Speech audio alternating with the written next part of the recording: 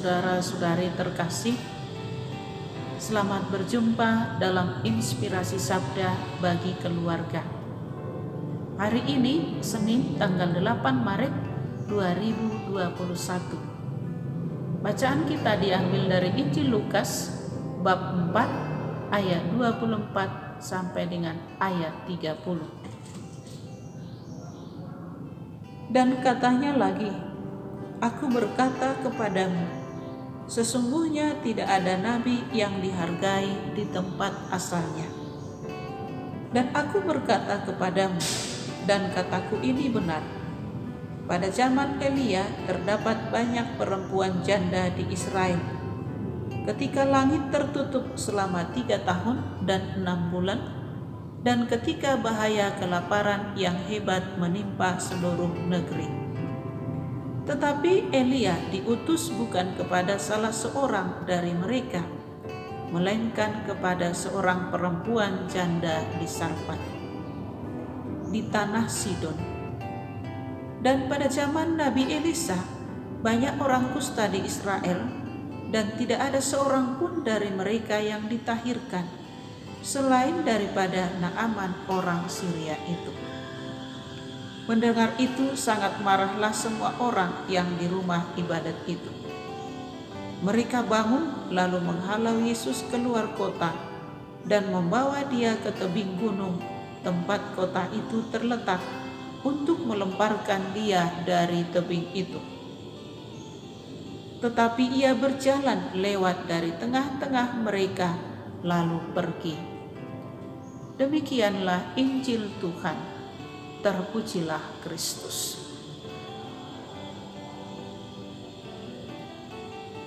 Bapak, Ibu, dan saudara-saudari terkasih, seorang ibu menyuruh anaknya untuk membantunya. Nak, tolong bantuin mama mencuci piring. Si anak menjawab, saya tidak mau. Oh, kalau begitu nak,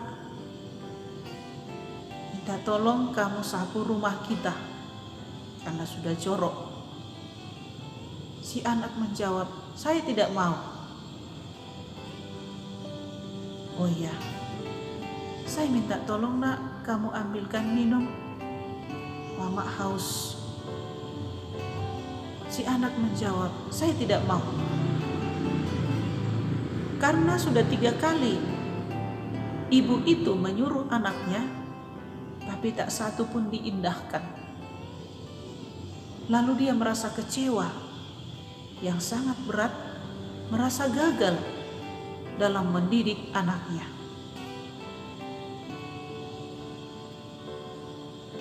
Dalam Injil hari ini dikatakan oleh Lukas kepada kita, sesungguhnya tidak ada nabi dihargai di tempat asalnya. Yesus ditolak di tempat asalnya. Namun, Yesus tidak pernah berhenti mewartakan kabar gembira. Dia kembali berkeliling ke kota-kota, mengunjungi rumah orang, rumah umat, dengan senang hati. Kehadirannya sangat dibutuhkan oleh banyak orang. Dan bahkan yang lebih menarik lagi, Yesus melakukan banyak mukjizat. Kadang-kadang kita juga mengalami ditolak dalam keluarga, dalam masyarakat, dalam bergereja. Kadang-kadang ditolak mungkin karena latar belakang kita yang tidak layak. Maka disingkirkan, direndahkan, bahkan dianggap tidak ada. Karena itu kita bisa kecewa dan hilang harapan. Reaksi kita terhadap penolakan itu bisa juga muncul marah, atau balah kita balik melawan. Bisa juga kita menjadi enggan berbuat baik, atau juga kita sulit berekspresi, menjadi diam, tidak ada gerakan apa-apa, takut bergerak karena nanti takut ditolak.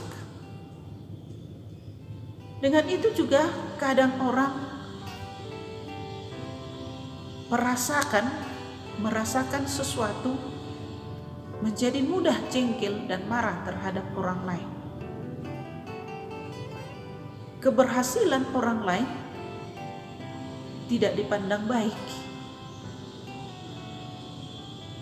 Sebenarnya keberhasilan orang lain bisa memicu kita untuk semakin berkembang, untuk semakin baik. Kita bisa meniru mereka untuk semakin maju.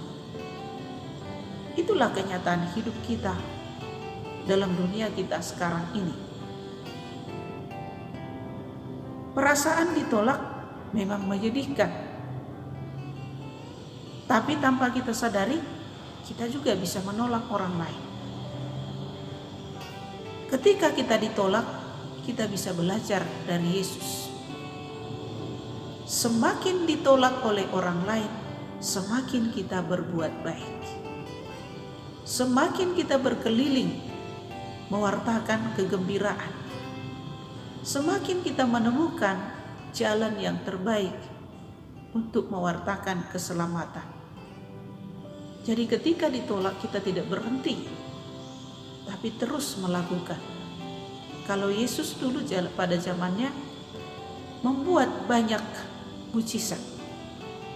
Kalau sekarang kita tetap melakukan yang baik itu, maka hidup kita akan bahagia. Kalau kita menolak orang lain, baik kita belajar dari sikap kita itu. Ketika kita ditolak, ternyata menyedihkan, kecewa, merasa gagal. Maka dengan pengalaman itu, kita tidak berbuat begitu lagi kepada orang lain. Sama seperti ibu yang menyuruh anaknya sampai 3 kali, tak satu pun diindahkan oleh anaknya. Kita merasa kecewa, merasa gagal. Sudah menasihati, sudah mengajari, sudah mendidik, tapi toh jawaban itu yang kita dengarkan.